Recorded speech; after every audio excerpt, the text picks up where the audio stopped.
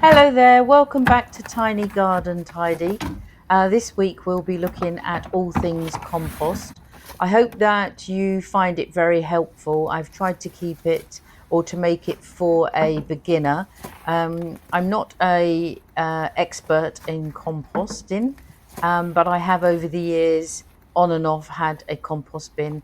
You can see this one is very neglected and hasn't been used properly, as you see me pull out the bits of green string. I had it in the spot where we have now put the bug hotel, which wasn't easily accessible. This is a much better spot, along with realizing that I need to have a pot for my household scraps and a pot for the lawn and clippings from the garden, so that I can layer it. You can see me there. I am deconstructing it. I'm taking out all the bits that haven't mulched down, and now I'm turning it over. And as I turn it over, I'm thinking it actually doesn't look like bad soil. So it looks pretty good. I think we'll give it a little bit more time. So we'll give it until spring, and then we will hopefully, fingers crossed, be able to use that around the garden. Whether we use it as mulch around the flowers or whatever we need to use it for in there you can see me bringing up my pot. That pot came with the house. Lovely pot. But, you know, it's quite big for the house. It's, the house needs everything tiny. It's a tiny, narrow garden and a tiny, tiny house. But I keep that outside the back door and put the, now that is rather soggy coffee granules.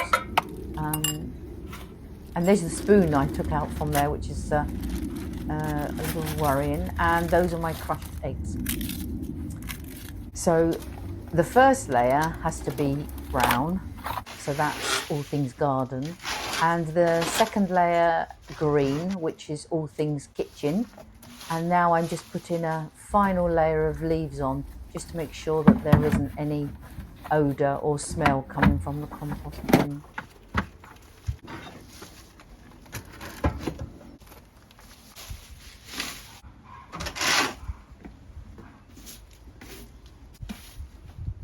It's important that the compost bin is has enough air flowing through it, and so I drilled some holes, and you can see me doing that around the base of the compost bin.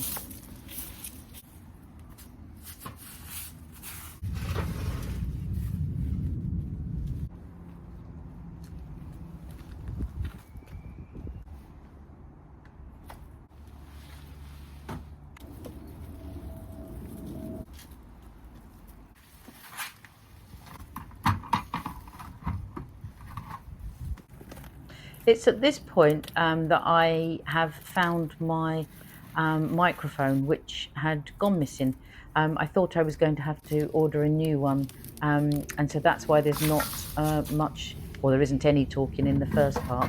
But as we move a little further on, I am able to speak on the video, and that's when we explore a little bit more around the other types of compost that are available.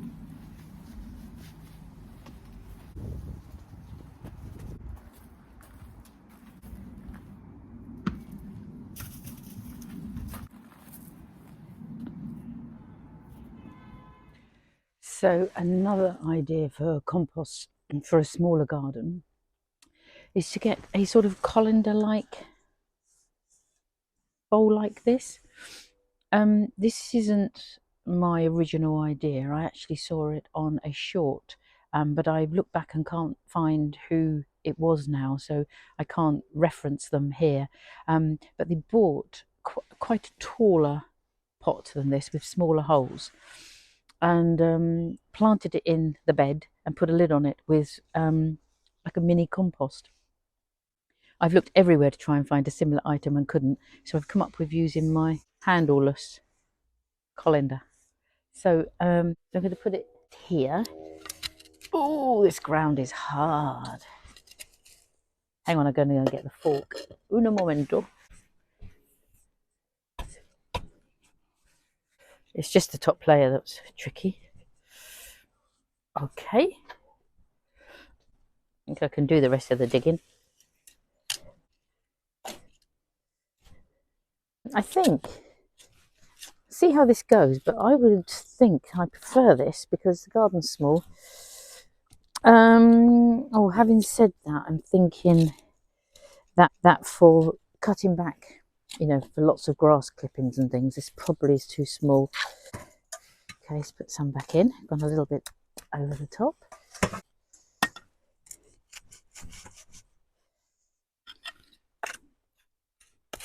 That's massive, that bit.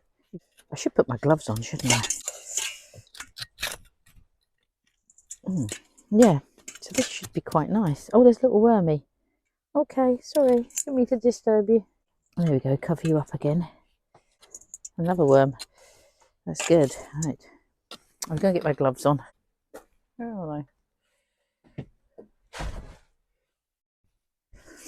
I think they're down at the house, so I'll have to use these.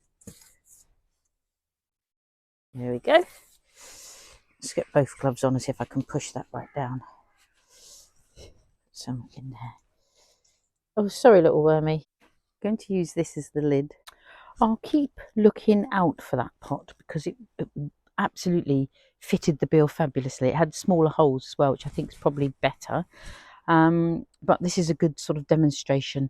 And when I do find that pot and change it over, I will be sure to let you know. Now, we start on our compost with the browns, which are all things garden, grass clippings, leaves from the trees, such like. So I'm going to, haven't got any grass clippings, so I'm going to go and get some leaves just to start it off. I'm going to start it off on a quite small scale, so just get some leaves. First in with the leaves, probably too many there. I've brought up my compost bin that I keep near the house, so we've put some, these are called greens.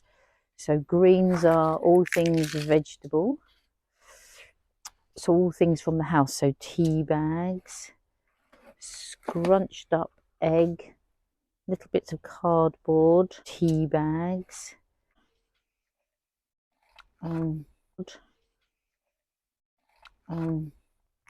more egg. And the smaller everything is, the quicker it will break down. So what else have I got in here? Because I do have an avocado pip. Put that in. More eggs. That. More brown. So that's brown, green, brown. So we go through that again. Brown is the first layer, and that's anything from the garden. Then green is anything from the house, so coffee granules, tea bags,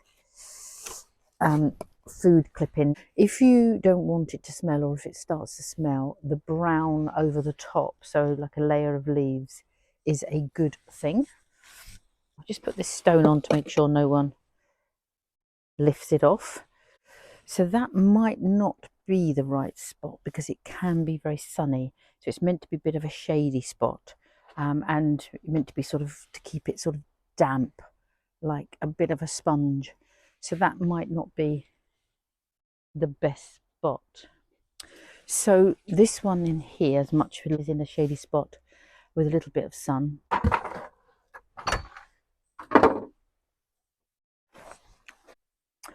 So everything we're doing in this garden is on a small scale. So other gardens can have these wonderful big wooden composts, but not me.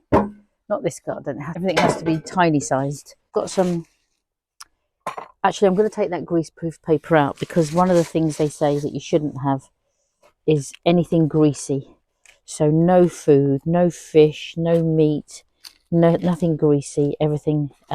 Otherwise, we'll attract the Mr. Ratty that I don't want. Look at this man. He's set up home here. He's quite happy. Okay, And I'm just going to put another layer of leaves on there just to add some brown, just in case there's any smells. I mean, the garden is small, but there is only two of us and only one that eats lots of vegetables, so we don't really need masses. So that's that one. So another thing that you can do, but I think this is probably more for bigger gardens, and I mean, I've left them there for the animals, but I'm thinking it's a bit messy. Is I've seen some people sort of use wire fencing to go round in a circle and to put the leaves in, and then it takes a couple of years and then they mulch down. And I suppose we could have room here, but the service area is quite small, and yeah, it's tricky. It's tricky to the space, to how to use the space. The other thing you could do if you were in a flat and you had a balcony, or even if you've got a garden, you can do it, is a wormery. It's quite interesting that. I'd be quite interested to think about that for the future. And I absolutely love the idea of reusing what I've got to create something that I need. It's absolutely fabulous. It goes a little bit with this area of lifestyle that I've been looking at, which is thrifty living, make, do, amend type thing. So choose your tub of choice, whether you wanted to have an old bin, whether you have, if you've got a bigger garden and you have a wooden system set up, or there is one that a barrel one that you can turn over, so you don't have to do this digging over. The colander buried in the vegetable patch. We've got a reused dustbin. You can use pallets to make yourself a bigger one if you've got a bigger garden, or you could choose a wormery. Do some research and think about what's best for you. I like the idea of the one in the vegetable patch. However, I'm questioning whether or not it's big enough. And I think for when we do gardening and clipping and we want to sort of mow the lawn and things, that big dustbin is probably better for us. So it's a lovely blue sky now. Choose your spot. So a shady area is best with a little bit of sunlight. You do need to keep your compost heap moist, so that's not completely soaked but moist. And you layer it in browns, greens, browns, greens. What I have realised is that I have to have a pot near the house for my vegetable clippings, otherwise I won't bring it down here. And once we start cutting the grass again, I will need to have a pot where we keep the grass so that I can do the layering. So brown is the first layer, and that's anything garden. Green is the next layer, and that is anything house. Coffee granules, tea bags, eggs, crunched up small. So the smaller the pieces, the quicker they will break down and become compost for you. And the heap or the pot or the tub needs turning over every 1 to 2 weeks, just to aerate it and get it all moving. When I looked in our tub, the dustbin tub, I actually thought that looked quite a lot like soil. I'll keep it in there and keep it going. It looked like if I put it through the sieve, I think it would be quite good. So I will do that in spring. I'll keep going as I'm going now, and then in the spring we'll have a look at what we've got. And fingers crossed we'll have like a whole tub of soil, so we won't have to go out and buy any. These are all just tips that I've picked up as I've been doing research for my garden, and over a few years of having a compost heap. I would suggest that you do your research and have a look around and see what works best for you. Will that be a wormery? Will that be a little tub in your vegetable garden? Or will that be a bin like I've got? Or will it be, there's a next size up bin that you can buy? Or you can make your own system where you move it through, which is, for much bigger gardens. And some research and see what works best for you in your garden. And I hope you enjoy that and enjoy the free soil at the end. Thank you very much for watching. Do take care, and I will see you next week. Take care. Bye bye.